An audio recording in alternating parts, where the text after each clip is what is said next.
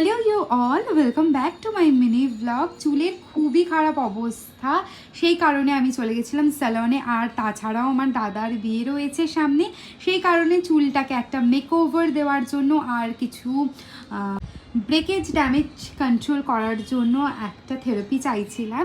তো আমার হেয়ারটা দেখে এখানে সাজেস্ট করা হলো কি আমাকে ন্যানোপ্লাস্টিয়া করতে রাদার দেন স্মুথনিং।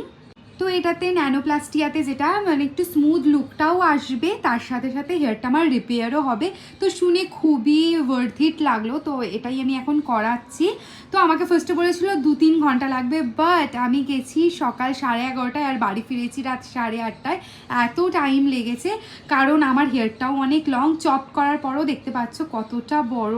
আর যেহেতু ডেনসিটিটাও অনেক আমার চুলের, সেই কারণে এত টাইম লেগেছে। আর এই ফার্স্ট টাইমই আমি হাইলাইটস করেছি প্রফেশনালদের কাছে। অবশ্যই কমেন্ট করে জানিও লুকটা কেমন লাগছে। আমার তো খুবই ভালো লেগেছে, সো তোমরাও জানিও কেমন লাগছে। ওকে, বাই।